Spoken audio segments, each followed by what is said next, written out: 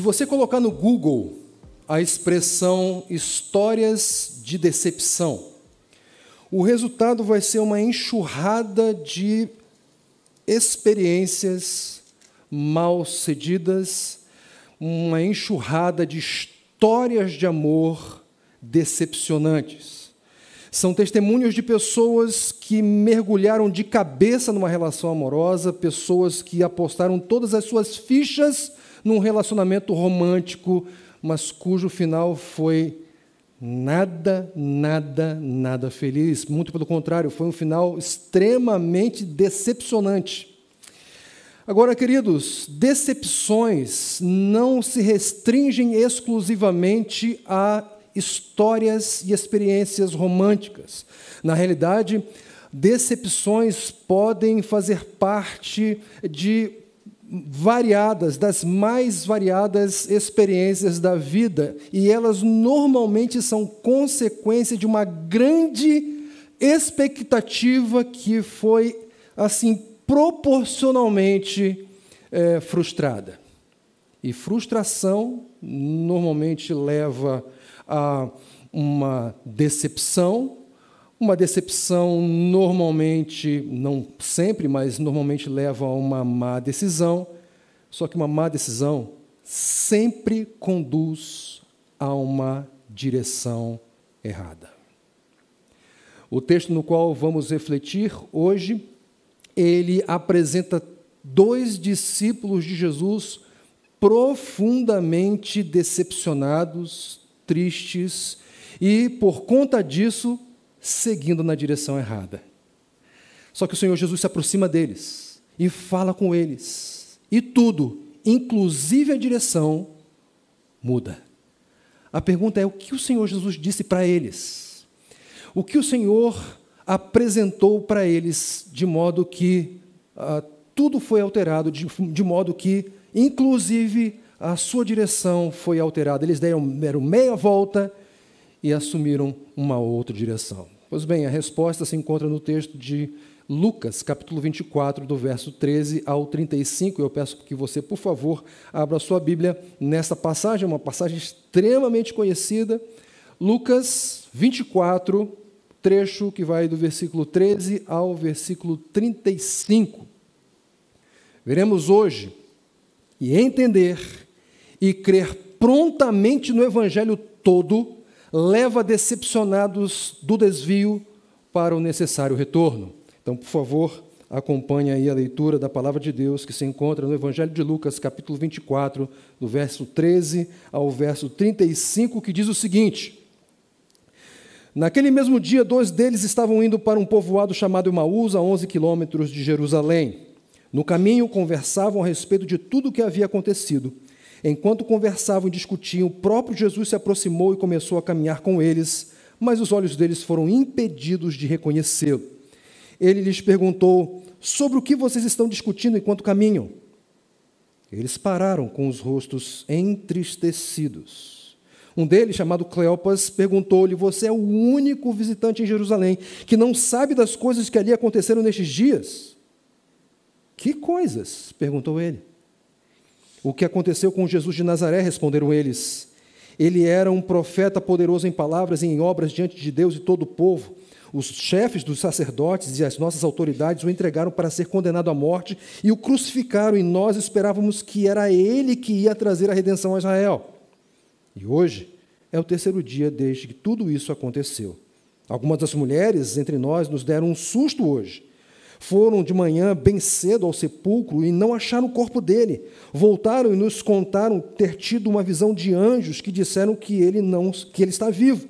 Alguns dos nossos companheiros foram ao sepulcro e encontraram tudo exatamente como as mulheres tinham dito, mas não o viram. Ele lhes disse: como vocês custam a entender e como demoram a crer em tudo que os profetas falaram. Não devia o Cristo sofrer estas coisas para entrar na sua glória?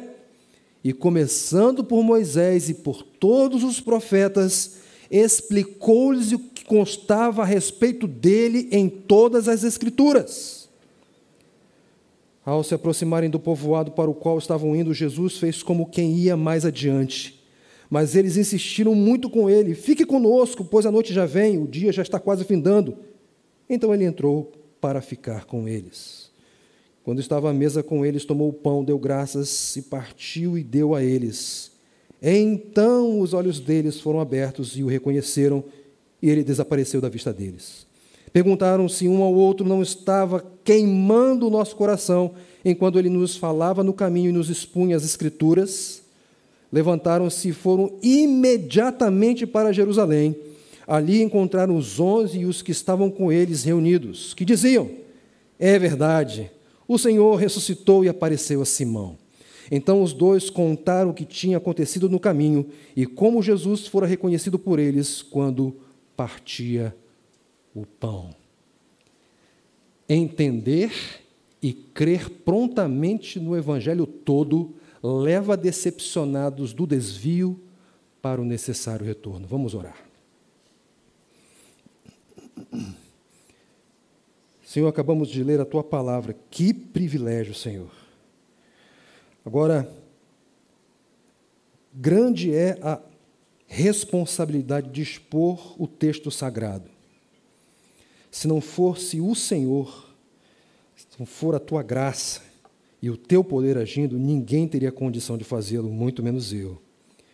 Mas eu te dou graças e te louvo, ó Deus, porque pelo Teu poder, pela Tua graça, por Tua bondade, misericórdia, eu estou aqui diante dos meus irmãos e irmãs e de pessoas que nos acompanham pela internet para fazer exatamente isso, explicar o Teu texto. Não permita que eu me desvie disso, mas que eu fique no Teu texto e apresente, ó Deus, a Tua vontade para o Teu povo, para a Tua glória, para a edificação da Tua igreja e para conduzir perdidos à salvação bendita em Jesus Cristo, Teu Filho, nosso Salvador. É no nome dele, ó Deus, que eu peço todas essas coisas, agradecido. Amém e amém. Quantos de vocês já tiveram contato com um ex-combatente? Nós temos uma pessoa. Duas. Joia. Eu nunca tive, ok? E como se pôde constatar, a maioria esmagadora também não. Agora, seja como for, tendo contato ou não com o ex-combatente, todos nós sabemos que pessoas que foram para combates e sobreviveram voltaram profundamente afetadas. E não é para menos. Essas pessoas viram com os seus próprios olhos sangue sendo derramado, pessoas sendo gravemente mutiladas e mortes terríveis. Tudo isso afeta as pessoas psicologicamente. Algumas delas lutam com pesadelos, outras estão padecendo com insônias terríveis e constantes, e outras se tornaram pessoas embrutecidas, insensíveis às necessidades e às dores daquelas pessoas que estão à sua volta. O cenário, sim, ele é multifacetado, mas há uma coisa comum a todas elas. Para todas as pessoas que participaram, que combateram numa guerra, a morte é fria, implacável e irreversível. Lucas, quando ele escreveu o seu evangelho, ele o escreveu para um destinatário primário. Ele destinou a sua obra para um homem a quem ele chamou de excelentíssimo Teófilo. E ao chamá-lo assim, ele estava comunicando que o destinatário do seu evangelho era alguém de grande importância, era alguém com uma elevada reputação e que desfrutava de um amplo respeito. Os estudiosos consideram que Teófilo era um militar de alta patente, alguém que muito provavelmente participou de muitos combates e muito provavelmente também alcançou vitórias que o credenciaram para um patamar elevado na hierarquia militar. Teófilo, portanto, se de fato ele foi um militar de alta patente, ele lidou com as demandas das guerras, ele certamente presenciou muitas e várias mortes. E ele nunca viu, um morto retornar de lá. As batalhas o ensinaram que a morte é fria, implacável e irreversível. Só que este Teófilo, ele em algum momento da sua história ouviu a mensagem do Evangelho e, ao que tudo indica, ele creu. Ele creu na mensagem que falava a respeito de Jesus como sendo um grande mestre. Ele creu numa mensagem que falava a respeito da pessoa, da vida, da obra, da morte de Jesus. Aquele que morreu, mas ressuscitou ao terceiro dia. Ressuscitou, voltou dos mortos. Gente, para alguém que tinha aprendido nas batalhas que a morte é fria, implacável e irreversível, ressurreição é um negócio difícil de engolir. Então, Lucas, ele escreve esta obra, ele escreve este evangelho para que este Teófilo, ele pudesse ter certeza, literalmente falando, ele pudesse conhecer a firmeza, a segurança, a veracidade das coisas a respeito das quais ele foi ensinado. Se você, por exemplo, for ali para o primeiro capítulo, logo os primeiros versículos deste evangelho, Lucas fala isso. Muitos já se dedicaram a elaborar um relato dos fatos que se cumpriram entre nós, conforme nos foram transmitidos por aqueles que desde o início foram testemunhas oculares e servos da palavra. Eu mesmo, Lucas, investiguei tudo cuidadosamente desde o começo e decidi escrever-te um relato ordenado, ó excelentíssimo Teófilo, para quê? Para que tenhas a certeza das coisas que te foram ensinadas. Lucas, então, ele logo no início do seu evangelho, ele indica o propósito que o moveu a escrevê-lo. Ele quer dar segurança, como eu disse, literalmente, para que ele conhecesse a firmeza, a segurança, a veracidade de tudo aquilo que Teófilo havia aprendido, o que incluía a ressurreição. E cá entre nós, queridos, Lucas, ele é completamente diferenciado nesse quesito quando comparado com os outros evangelistas. Por quê? Porque Lucas, ele é aquele evangelista que mais se detém com esse tema, é aquele que mais escreveu a respeito disso. E um outro detalhe importante, atenção aqui, Lucas é o único que inseriu no seu evangelho, que relatou este episódio dos 2 discípulos de Jesus caminhando em direção a Emaús. Por isso, nada me convence do contrário. Lucas foi extremamente intencional. Ele selecionou esse episódio e o incluiu no seu evangelho para confrontar, para desafiar uma, talvez, incredulidade parcial de Teófilo. Ele inseriu esse episódio para confrontar, para desafiar a dificuldade que muito provavelmente Teófilo tinha com a doutrina da ressurreição de Jesus. E, meus queridos, há vários elementos no Evangelho que nos fazem concluir. Essa foi para você, hein, Teófilo? A gente não costuma fazer assim? Pois é. Como é que esse Evangelho começa? Ou melhor, como é que esse texto começa? Ele começa com uma expressão cronológica. Versículo 13 diz assim: naquele mesmo dia. Sabe qual é a pergunta que esta expressão incita, provoca? Que dia?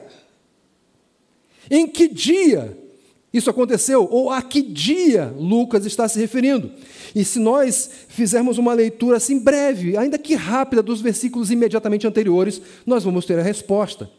Este dia ao qual Lucas se refere é o dia em que o Senhor Jesus ressuscitou dos mortos. É a este dia que ele se refere. Um dia muito especial. Agora, veja que coisa interessante.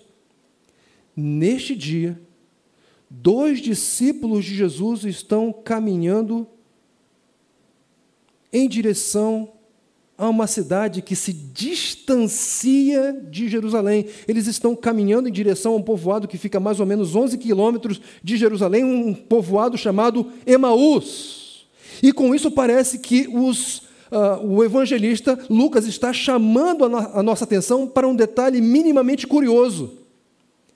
No dia da ressurreição de Jesus, no dia mais extraordinário da história, no dia em que o evento mais maravilhoso aconteceu, os 2 discípulos de Jesus não permanecem em Jerusalém, mas estão indo em outra direção. Eles estão indo em direção a um outro lugar, a Emaús. A Bíblia nos relata, e particularmente esse texto aqui nos conta que esses 2 discípulos eles iam conversando no caminho, discutindo, talvez numa tentativa de compreender tudo o que tinha acontecido, talvez numa tentativa de organizar os seus pensamentos para compreender os últimos acontecimentos. E nesse momento o Senhor Jesus se aproxima deles. Só que o Senhor Jesus, ele os impede de reconhecê-lo e dirige uma pergunta: sobre o que vocês estão conversando? Nesse momento a caminhada é interrompida. Parece que aquela pergunta foi tão escandalosa, provocou uma perplexidade, uma inquietação nos discípulos, que eles se sentiram obrigados a parar a caminhada. E quando pararam, eles demonstraram toda a sua tristeza, toda a sua decepção, e eles não precisaram falar nada a esse respeito, porque o seu rosto já demonstrava, já denunciava que eles estavam naquele estado. E talvez foi por causa dessa decepção, foi movido por essa decepção, por essa grande tristeza, que um dos discípulos, o chamado Cleopas, dirigiu uma resposta um tanto quanto ácida, um tanto quanto ríspida para o Senhor Jesus. Ele disse: você é o único visitante em Jerusalém que não sabe das coisas que aconteceram ali nesses últimos dias? É como se ele estivesse dizendo assim: como é que é, moço? Espera aí, você está alheio ao que está acontecendo à sua volta? Você é o único ser vivo na face da terra que ignora por completo as coisas que aconteceram recentemente, as coisas a respeito das quais todas as pessoas estão falando, as coisas que estão sendo publicadas em todas as manchetes de jornais de Jerusalém. Você está alheio a isso, a essas coisas? Ao que Jesus, não sendo reconhecido, reage, replica: que coisas? Jesus não sabia a resposta? É claro que ele sabia. Mas o que ele está fazendo aqui? Ele está abrindo a porta para que os seus discípulos apresentem a sua perspectiva dos fatos. E é exatamente isso que vai acontecer aqui, queridos. Aqueles discípulos, eles não vão apenas relatar os ocorridos, não vão apresentar apenas a sequência cronológica e o conteúdo dos acontecimentos, mas eles também vão apresentar a sua interpretação dos fatos, e com essa interpretação virão razões superficiais para toda a sua decepção, para toda aquela tristeza. O trecho da resposta dos discípulos, ele pode ser dividido em 3 fatias, e cada uma delas vai apresentar uma razão superficial para toda aquela decepção que eles estavam experimentando, para toda aquela tristeza que eles estavam vivendo, para aquela direção errada que eles estavam adotando. Qual é a primeira razão superficial para aquela decepção? A primeira é a seguinte: eles tinham uma perspectiva limitada a respeito da pessoa de Jesus. Versículo 19 e 20 diz assim: o que aconteceu com Jesus de Nazaré, responderam eles. Ele era um profeta poderoso em palavras e em obras diante de Deus e de todo o povo. Percebam, meus queridos, que um deles se refere a Jesus como sendo Jesus de Nazaré. É uma referência à procedência de Cristo. Agora vejam, não há, em termos imediatos, nenhum problema quanto a isso. Não é? Por quê? Porque você tem um nome, não tem?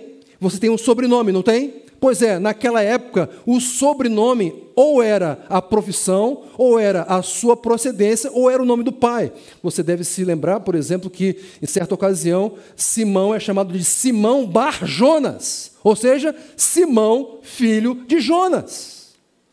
Então, fazer referência à procedência de Jesus, em tese, não é um problema aqui. Só que tem um detalhe. Nós temos que lembrar qual é o cenário no qual esses discípulos estão inseridos. É um grande dia, mas eles estão se afastando de Emaús. Eles estão se afastando de Jerusalém. Então, parece que há um problema aqui.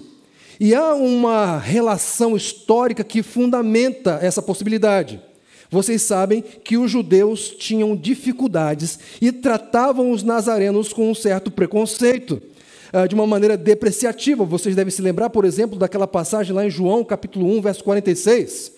O contexto da passagem é Filipe indo anunciar para o seu amigo que ele havia encontrado o Messias. Ele diz: olha, eu encontrei o Messias, e o nome dele é Jesus de Nazaré. Lembram da reação de Natanael? Nazaré? Pois é assim, ó, Nazaré? Pode vir alguma coisa boa de lá? É uma pergunta retórica na cabeça de Natanael? Não podia vir nada bom de Nazaré. Claro, eu não estou afirmando aqui, queridos, que aqueles discípulos especificamente estavam se referindo de uma maneira depreciativa em relação a Jesus, mas a julgar pelo contexto que eles estavam vivendo, à luz desse cenário de uma ressurreição testemunhada e de uma fuga, de um distanciamento de Jerusalém, nós não podemos negar que é possível que o conceito que eles tinham de Jesus estava em processo de deterioração por causa do impacto que a morte de Jesus causou sobre eles. Prova disso é que, embora Jesus tenha sido chamado por eles aqui na sequência de um profeta poderoso em obras e em palavras diante de Deus e de todo o povo, a morte de Jesus se encarregou de comprovar, de denunciar a amarga realidade que ele não fora páreo para os líderes dos sacerdotes e para as autoridades. Talvez Jesus ele fosse até poderoso em palavras, em obras, diante de Deus e todo o povo, mas olha só, não o suficiente para superar o sistema.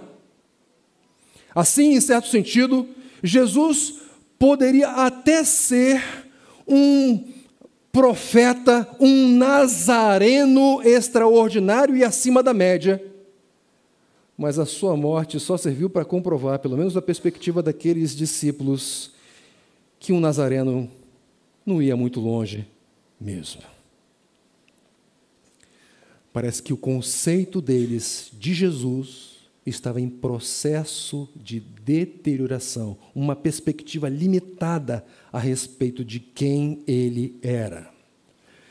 A W. Tozer, em seu livro famoso, livretinho, bem curtinho, Mais Perto de Deus, disse que é de fundamental importância para nós que o nosso conceito de Deus se aproxime ao máximo daquilo que ele é. Caso contrário, o objeto da nossa adoração não é Deus, mas sim uma criatura gerada pela nossa imaginação, ou seja, um ídolo. E todos nós sabemos que ídolos prometem fundos imundos, mas no final eles só decepcionam. Aqueles discípulos estavam decepcionados.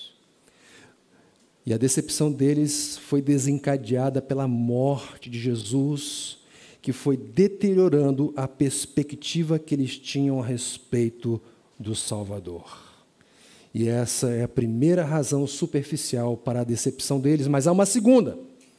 A segunda razão superficial para aquela decepção, tristeza e mudança de direção é porque eles tinham uma expectativa precipitada a respeito do ministério de Cristo. Veja só o que diz versículo 21. Ele diz assim: os chefes dos sacerdotes e as nossas autoridades o entregaram para ser condenado à morte e o crucificaram. 21. E nós esperávamos que era ele que ia trazer a redenção a Israel. Tinha uma expectativa precipitada a respeito do ministério de Jesus. Queridos, há cerca de um mês e pouco atrás, eu fiz aniversário de casamento. Eu e Deise completamos 19 anos de casados. E uma ocasião especial exige um programa especial, correto? E o programa aconteceu. Parte dele foi um almoço no Outback, um restaurante que nós vamos de 10 em 10 anos, que é a nossa rotina aí em função das nossas condições financeiras. Mas nós fomos almoçar lá. E como também era aniversário da Deise, nós tínhamos direito a uma sobremesa de cortesia, um sorvete. Gente, olha só, eram duas bolinhas. Mas que bolinhas. Gente, enquanto eu tomava aquele sorvete, eu pensava, esse negócio tem que ter no céu. Mas se não tiver, certamente veio de lá. Que delícia, gente! Que experiência! Quanta satisfação! Que prazer! E o prazer e a satisfação foram tão grandes que nós decidimos voltar lá só para tomar outro sorvete, ok? E a gente furou os 10 e 10 anos. Mas nós voltamos só para tomar sorvete, não necessariamente o mesmo, tomamos outro. E esse outro sorvete, o mais recente, ele tinha um brownie na base. Tinha aqui o chantilly, eram duas bolas também. 2 bolas, chantilly e uma calda de chocolate cintilante que ia se derramando e chegava até a base daquele brownie. Queridos, certeza de vitória?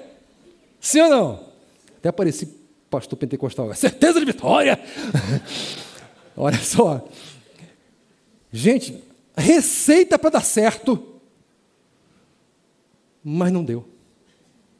Só que não. Por quê? O brownie, ele estava esquisito. Parecia que estava velho. Parecia que estava duro.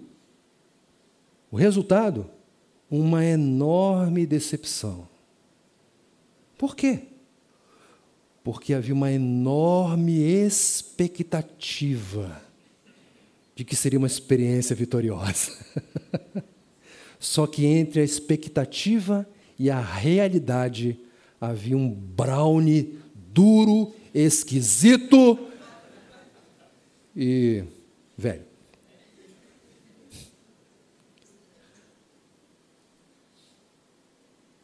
Os áureos tempos de Israel haviam passado, há muito tempo. Só que de lá até o período interbíblico não faltaram sinalizações proféticas a respeito da redenção de Israel, da restauração do reino a Israel. E por isso, na medida que os anos iam passando, na medida que os séculos iam passando, crescia a expectativa dos judeus em torno desta realidade, queridos. Para vocês terem uma ideia, essa expectativa estava tão presente na vida dos judeus, que se você, por exemplo, for lá em Atos capítulo 1, verso 6, você vai encontrar o Senhor Jesus ressurreto com os seus discípulos, e esses discípulos dirigindo uma pergunta para Jesus: Senhor, é nesse tempo que vais restaurar o reino a Israel? Perceberam a expectativa? Queridos, esses discípulos aqui de Lucas, eles participaram de um episódio recente. Há poucos dias, eles viram Jesus entrando em Jerusalém, sendo ovacionado, pessoas reconhecendo, na medida que ele ia avançando, ele era aclamado, todos começaram a chamá-lo de rei. O que estava acontecendo? Na medida em que eles acompanhavam a caminhada, o progresso, o avanço de Jesus, eles iam concluindo: chegou a hora, vai ser agora que o reino vai ser restaurado. Ou seja, a expectativa deles foi lá em cima. Só que entre a expectativa e a realidade da ocupação do trono, havia uma cruz. E a cruz foi responsável por fazer cair por terra toda aquela expectativa e gerar decepção. Jesus iria restaurar o reino de Israel? É claro que sim. Mas ele iria fazer aquilo naquele momento? É claro que não. Mas os discípulos, eles estavam com uma expectativa de que seria naquele momento, tinha que ser agora. Eles tinham uma expectativa precipitada, e vocês sabem que a precipitação é inimiga da perfeição, mas é a irmã siamesa da decepção. O rei não foi coroado. Ele foi assassinado. Mas porque o rei tinha uma outra agenda. E porque aqueles discípulos não estavam afinados com o programa de Cristo, só lhes restou a decepção, a tristeza e uma direção errada. Eu disse que eu iria apresentar para vocês 3 razões superficiais. A primeira, uma perspectiva limitada a respeito da pessoa de Jesus. A segunda, uma expectativa precipitada a respeito do ministério de Jesus. E a terceira, eles tinham uma opinião fechada a respeito da morte de Jesus. Agora sim, a partir do versículo 22 até o 24, o texto diz assim: algumas das mulheres entre nós nos deram um susto hoje, foram de manhã bem cedo ao sepulcro e não acharam o corpo dele, voltaram e nos contaram ter tido uma visão de anjos que disseram que ele está vivo. Alguns dos nossos companheiros foram ao sepulcro e encontraram tudo exatamente como as mulheres tinham dito, mas olha só, mas não o viram. Gente, mulheres foram ao sepulcro, não encontraram o corpo lá. Na sequência, anjos falam com aquelas mulheres e dizem: de fato ele não está aqui. Por quê? Porque ele está vivo, ele ressuscitou. Na sequência, outros discípulos vão ao túmulo e encontram tudo exatamente como as mulheres haviam relatado. Ou seja, todas as evidências comprovavam que Jesus de fato havia ressuscitado. Não podia ser questionado, muito pelo contrário, as evidências demonstravam que aqueles discípulos, junto com todos os outros, deveriam ficar em Jerusalém para celebrar o ressuscitado. Mas eles não fizeram isso. Ao invés disso, o que eles fizeram? Eles foram em outra direção. Eles foram para Emaús. O máximo que o testemunho das mulheres conseguiu produzir neles foi um espanto, um susto. O máximo que o testemunho dos outros discípulos conseguiu produzir neles foi apego à realidade de que Jesus não havia sido visto. Precisavam de mais. Eles estavam obstinados na opinião de que Jesus havia morrido. Olha, ele morreu, pronto e acabou. Qualquer outro testemunho diferente deste seria considerado algo de grande suspeita, deveria ser colocado sob grande suspeita. Então eles não estavam dispostos a sequer aceitar os fatos por causa da opinião. Gente, parece com a realidade que nós vivemos. Gente negando fatos por causa da opinião, apaixonada. Então, 3 razões para que eles estivessem naquela condição. A primeira, uma perspectiva limitada a respeito da pessoa de Jesus. A segunda, uma expectativa precipitada a respeito do ministério de Jesus. E a terceira, uma opinião fechada, obstinada sobre a morte de Cristo. Agora, vocês são muito espertos, vocês são muito inteligentes, e vocês perceberam que eu caracterizei cada uma dessas razões de razões superficiais. Sabe o que isso significa? Significa que elas são apenas razões do tipo verniz. Elas são uma camuflagem que escondem uma razão mais profunda. Elas são uma fumaça que indicam a presença de um fogo, na verdade, de um incêndio que tem queimado todo o ânimo daquele pessoal. Uma razão essencial. E a pergunta é: que razão essencial é esta? É justamente aquela que vai ser apresentada pelo Senhor Jesus. E quando ele apresenta a razão essencial, ele está indicando qual é o diagnóstico daqueles discípulos, qual é o problema essencial que eles têm. Versículo 25 e 26, o Senhor Jesus diz: como vocês custam a entender e como demoram a crer em tudo o que os profetas falaram. Não devia o Cristo sofrer todas essas coisas para entrar na sua glória? Esse versículo traduzido literalmente ficaria mais ou menos assim: tolos e lentos de coração para crer em tudo que os profetas disseram. Meus queridos, os profetas falaram a respeito da redenção de Israel? Sim. Mas os profetas falaram apenas isso? Não.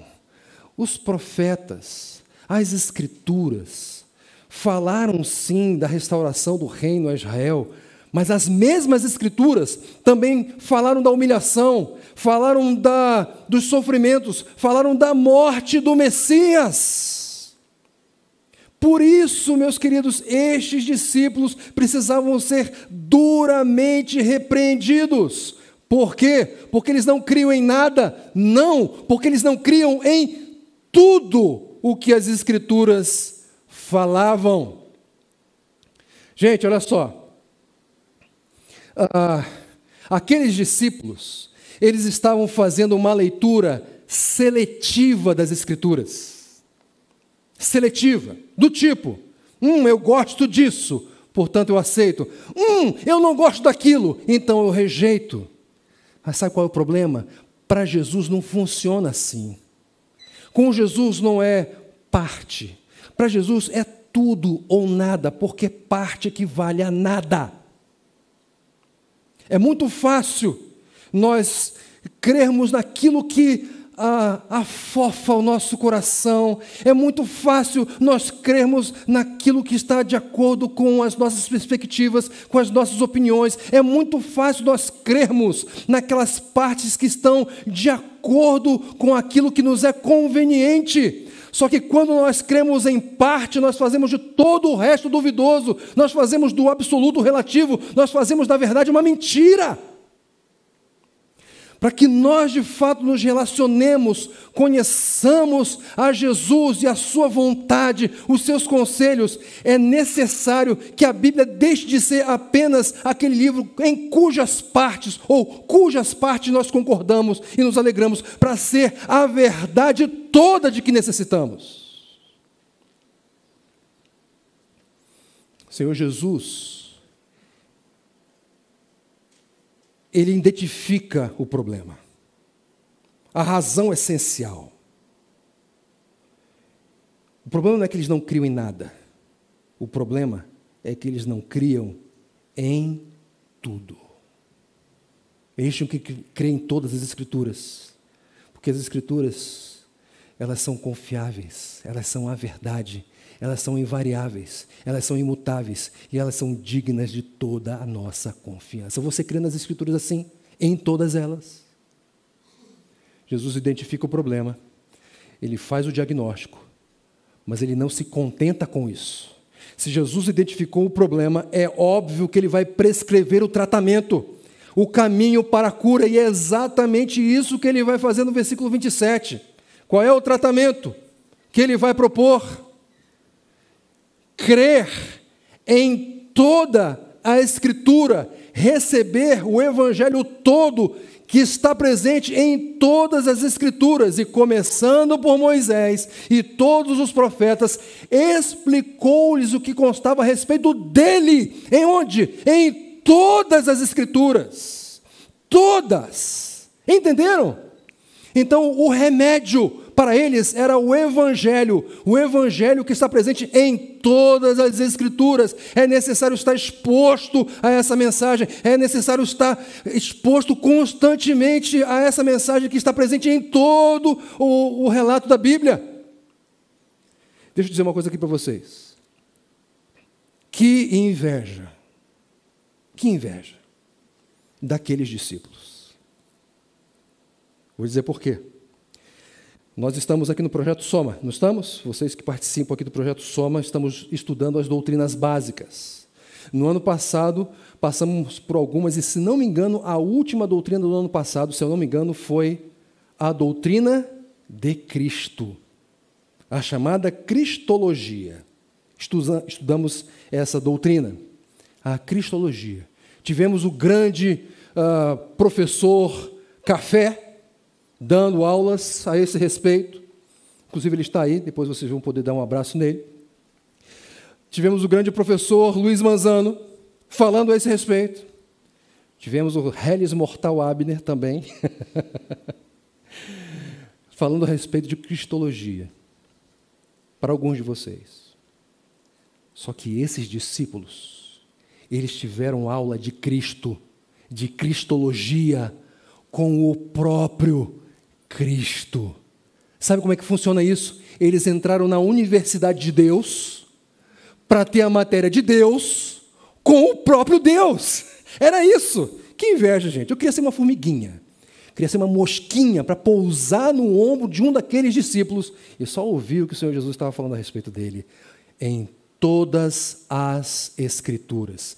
Sabe, querido, há 2 detalhes nesse texto que me chamam muito a atenção, que me deixa impressionado. O primeiro detalhe, olha só, Jesus, consequentemente, ensina que Ele é o centro das Escrituras, que Ele é o personagem principal, que Ele é o protagonista. E vejam, Deus Pai e Deus Espírito Santo não ficam enciumados com isso, não. Não, eles se alegram em fazer do nome do Senhor Jesus ser elevado sobremaneira. O personagem principal é Jesus. Por isso, queridos, se nós queremos ensinar Gênesis, nós temos que chegar em Jesus. Se nós queremos ensinar Eclesiastes, nós temos que chegar em Jesus. Se nós queremos ensinar os livros proféticos, nós temos que chegar em Jesus. Porque se nós não chegarmos, isso será uma evidência de que nós não compreendemos com certeza, na luz de todo o contexto bíblico, que Jesus é o protagonista das Escrituras. E, portanto, talvez não estejamos tão habilitados para ensinar a Bíblia. Esse é o primeiro detalhe, mas há um segundo que chama a minha atenção. O problema dos discípulos era que Jesus havia morrido. Eles tinham uma outra expectativa. Eles tinham a expectativa de que Jesus ele restaurasse o reino a Israel, que Israel fosse redimida. Essa era a expectativa, uma redenção do ponto de vista político, geográfico. Só que isso não aconteceu. Por quê? Porque Jesus morreu. Então se esse era o problema, não bastava Jesus se apresentar para eles. Não bastava Jesus dizer assim, gente, eu estou aqui. Fazer cair as escamas dos seus olhos, de modo que eles pudessem visualizar, ver, olhar para Jesus em carne e osso. Ele não poderia fazer isso? É claro que ele poderia, só que ele não fez. O que ele fez? Ao invés de se apresentar em carne e osso, ele conduz os discípulos para as Escrituras, gente. Ele conduz os discípulos para a Bíblia. Sabe o que ele está ensinando? Ele está colocando em pé de igualdade uma apresentação pessoal com a sua revelação escriturística. Em outras palavras, se Jesus aparecer em carne e osso para você agora, para Jesus é a mesma coisa dele ser revelado a você por meio da Bíblia. Veja só que privilégio! Todos os domingos nós vemos Jesus com os ouvidos. Todos os domingos.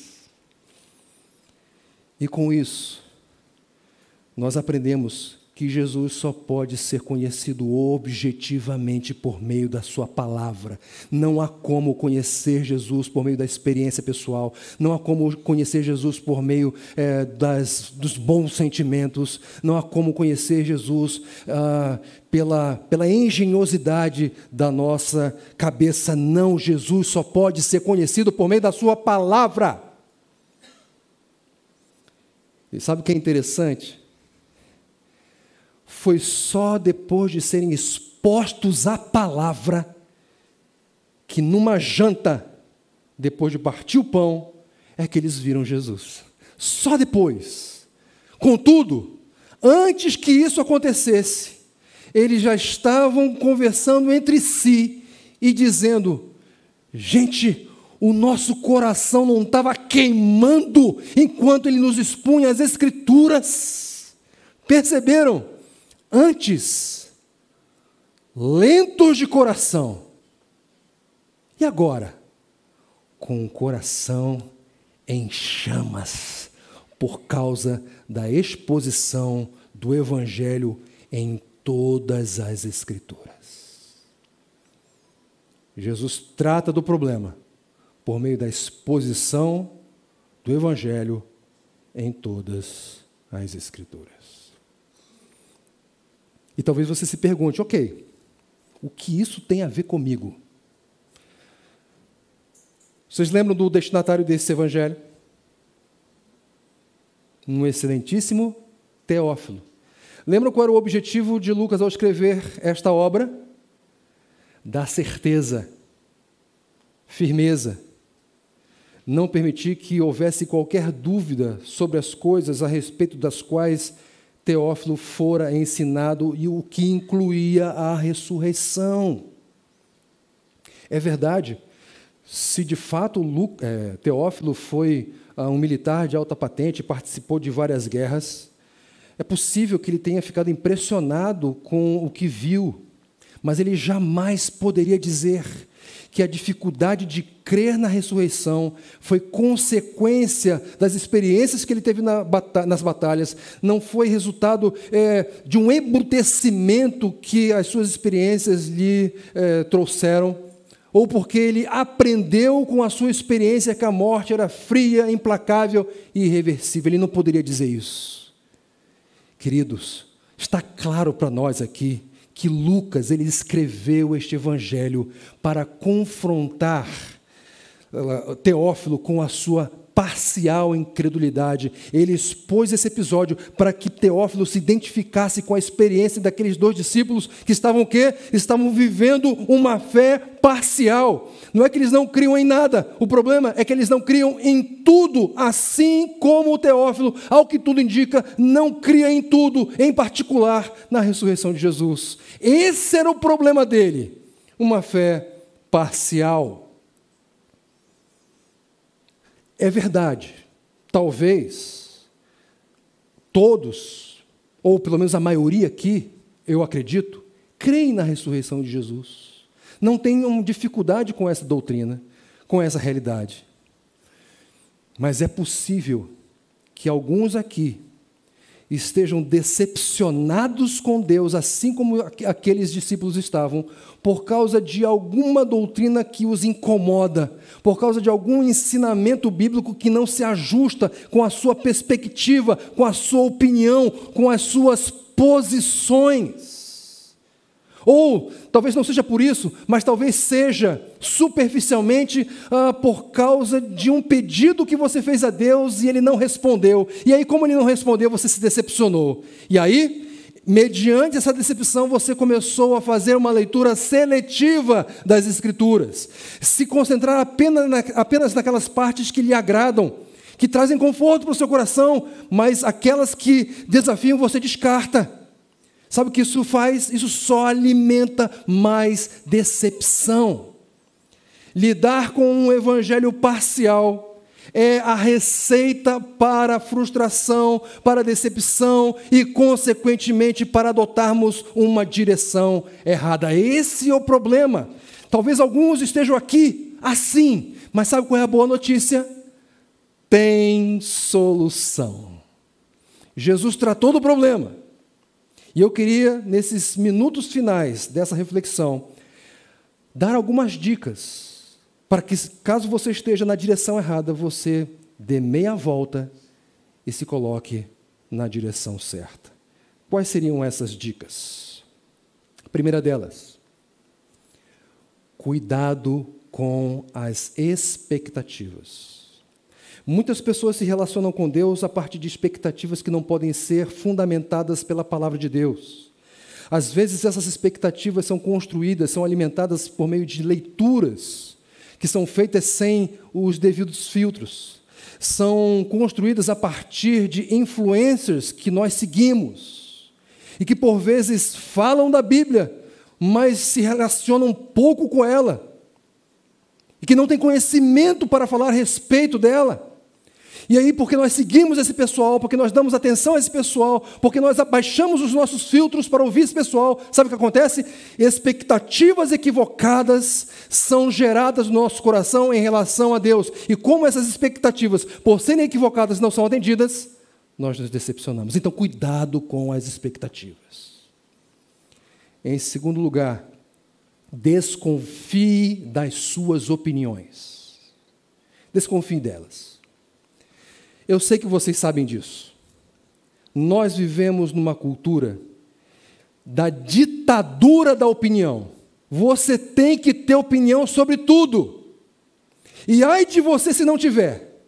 Porque se você não tiver o que falar sobre tudo, você não é uma pessoa digna de ser ouvida. Ditadura da opinião. Gente, olha só. Há anos atrás, há décadas atrás, um filósofo tupiniquim disse: eu prefiro ser essa metamorfose ambulante do que ter essa opinião formada sobre tudo. Não concordo com o que esse cara fala, mas parece que essa frase descreve o nosso tempo. É muita gente tendo que falar sobre tudo, como se as suas opiniões fossem lei, fossem regra, fossem axiomas. Deixa eu dizer uma coisa para você e para mim. Quando você abre a Bíblia, sabe o que você não vai encontrar aqui?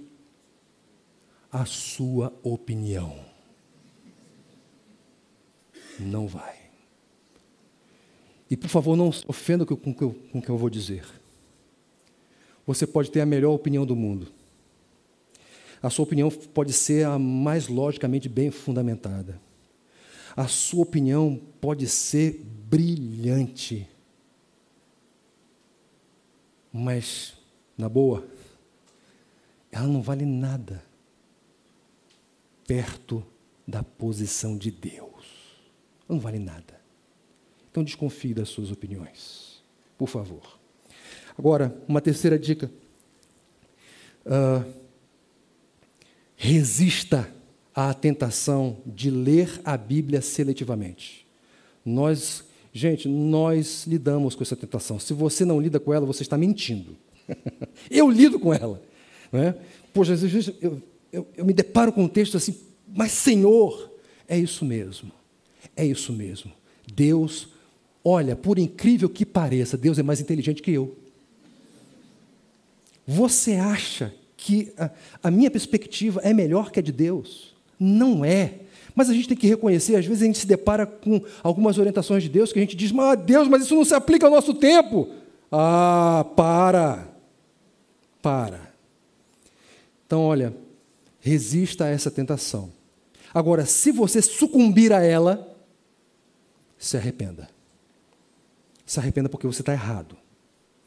Porque eu estarei errado se eu sucumbir a essa tentação. Se você tiver que ser seletivo, e aqui vai uma outra dica, seja seletivo com os mestres duvidosos. É com esse pessoal que você tem que ser seletivo. O que eu estou falando aqui? Você tem que comprovar, você tem que aferir, você tem que verificar na Bíblia. Não basta me ouvir, gente. Porque se eu não estiver falando o que estiver de acordo com a palavra, vocês têm que rejeitar veementemente. Lembra do apóstolo Paulo ali em Gálatas capítulo 1? Ainda que um anjo vindo do céu, ou mesmo eu, lhes pregue um outro evangelho, que seja considerado anátema, que seja desconsiderado, separado para a destruição. É essa a ideia que o apóstolo Paulo transmite ali. Então, sejamos criteriosos, seletivos com as pessoas que nós ouvimos, porque elas nos influenciam. Uma outra dica: não tenha medo.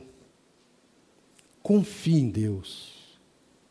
Pode às vezes ser dura a orientação, pode às vezes ser difícil, mas confie em Deus.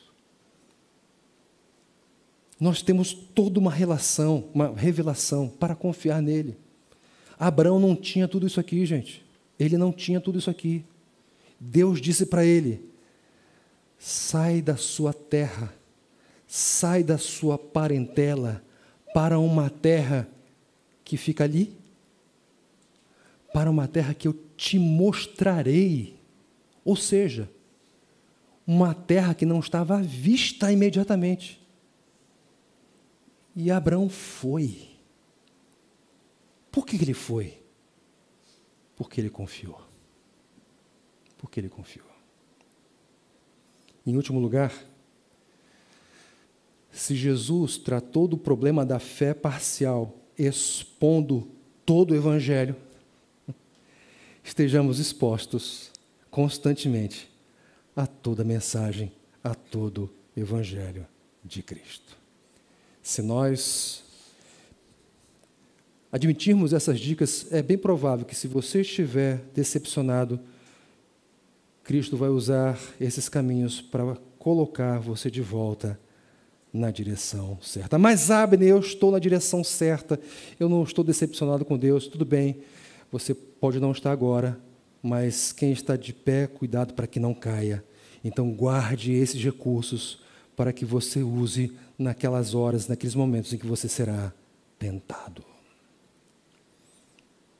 O tratamento funcionou com os discípulos? O tratamento de Jesus funcionou com ele? Nós só podemos responder comparando o início do texto com o final dele. E quando nós fazemos essa comparação, sabe a que conclusão nós chegamos? De fato, os discípulos mudaram de direção.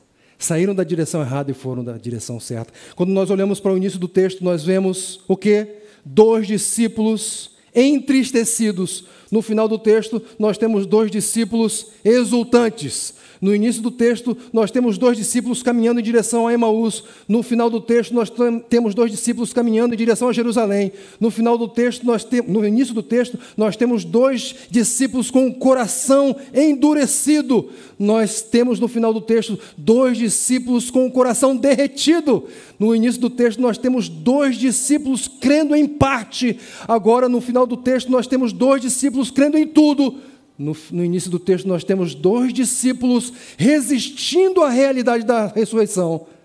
Mas no final do texto, nós temos 2 discípulos fazendo coro em uníssono com os outros discípulos, dizendo: verdadeiramente Jesus ressuscitou. Portanto, entender e crer prontamente no Evangelho todo leva decepcionados do desvio para o necessário retorno. Se você colocar no Google a expressão histórias de decepção, o resultado será uma enxurrada de histórias de amor mal sucedidas. São testemunhos de gente que mergulhou de cabeça em relações amorosas, mas cujo final foi extremamente decepcionante.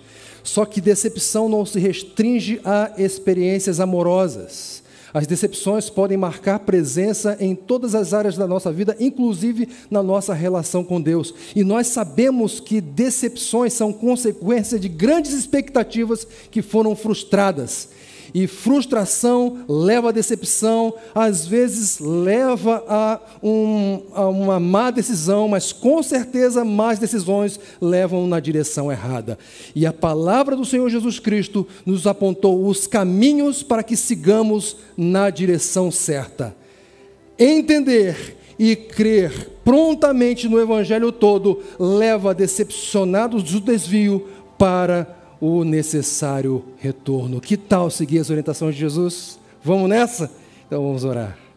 Obrigado, Senhor, por esse tempo de reflexão. Obrigado pela paciência dos irmãos aqui em ouvir a exposição do Teu texto. Eu te louvo, Pai, pela Tua graça, que se manifesta pela insistência do Senhor em cuidar do nosso coração, esteja ele decepcionado ou não. Mas se estiver decepcionado, Pai, eu peço que o Senhor utilize tudo aquilo que foi falado aqui com poder, para que os queridos aqui presentes possam se soerguer, possam ser erguidos pela Tua palavra, e aqueles que não creem em nada possam vir a crer no Evangelho de Cristo Jesus, todo ele que se encontra em todas as Escrituras, para a glória do Teu nome. Eu te peço isso, ó Deus, e já te agradeço por tudo, em nome do nosso Senhor Jesus, que é a nossa direção certa. Amém e amém.